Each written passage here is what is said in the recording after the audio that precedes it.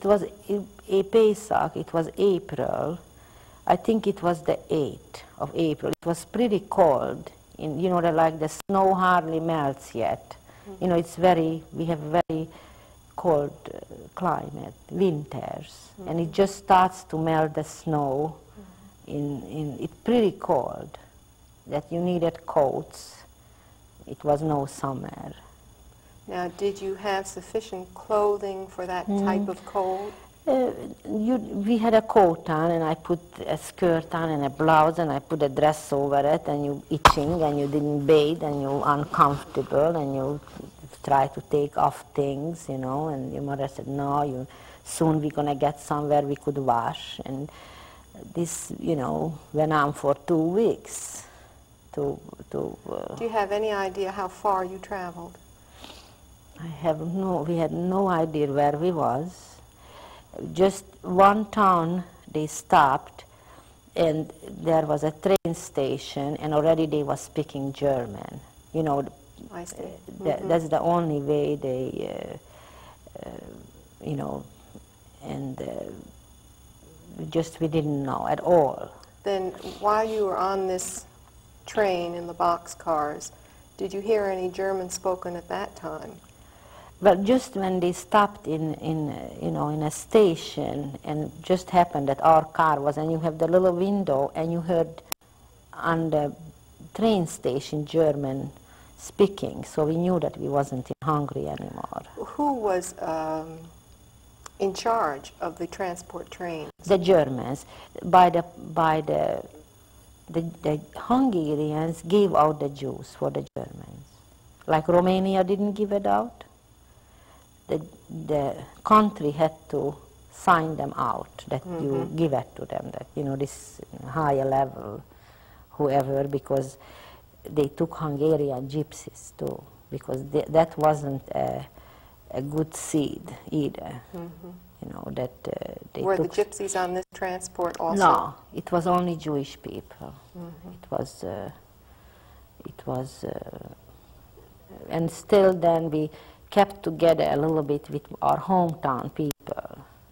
You know, and, Elizabeth, let me ask you, you mentioned that your mother encouraged you. Were there any other people, or do you recall any other support given to you while you were on this transport? Nobody said nothing. Nobody knew nothing. The smartest people, they didn't know where they was taking us, because we didn't hear about Auschwitz or thing. We knew that they was, you know, sometimes they was listening to the radio, get the English channels, you know, and there's some kind of warnings.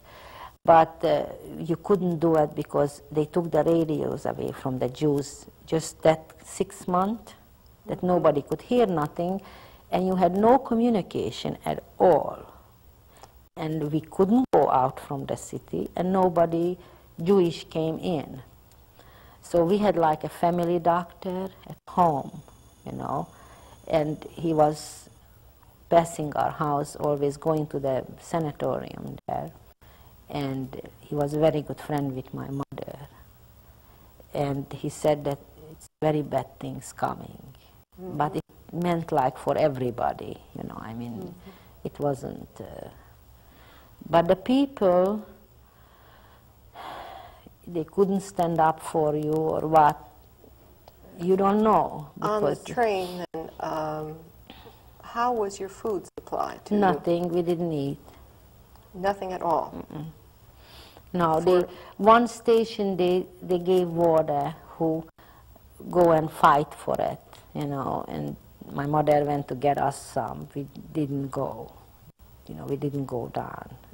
And she went to get... She went off the train? Yeah, to get some water for us, you know, and some people got it in bad cans and they got poisoned, you know, because you didn't, you know...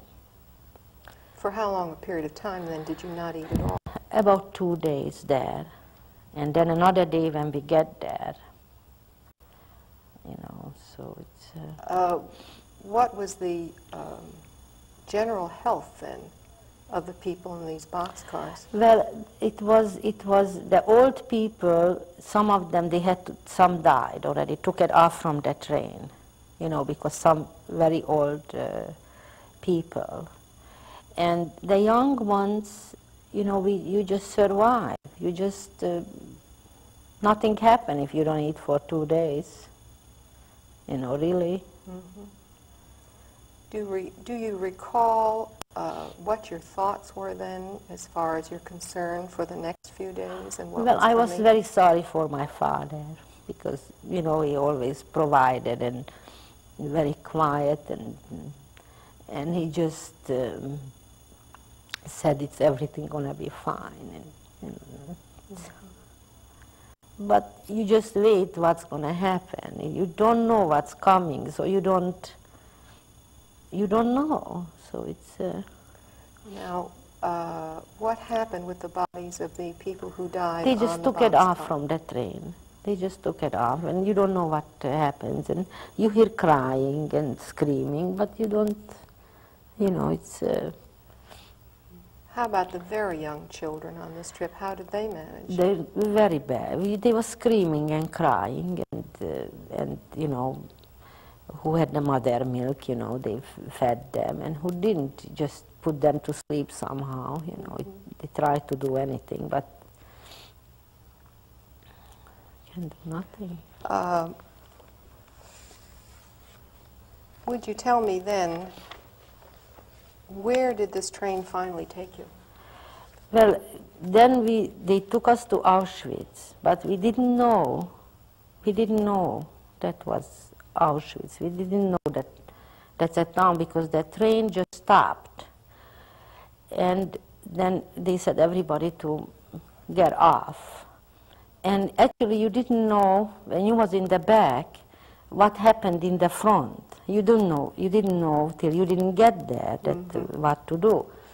So my mother and my father and my little brother was ahead of us, and me and my sister walked in the back, behind them.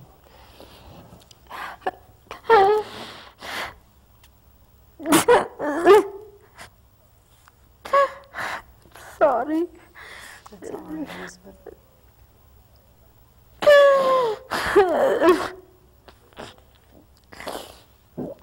Then when we went ahead, then we never saw them again.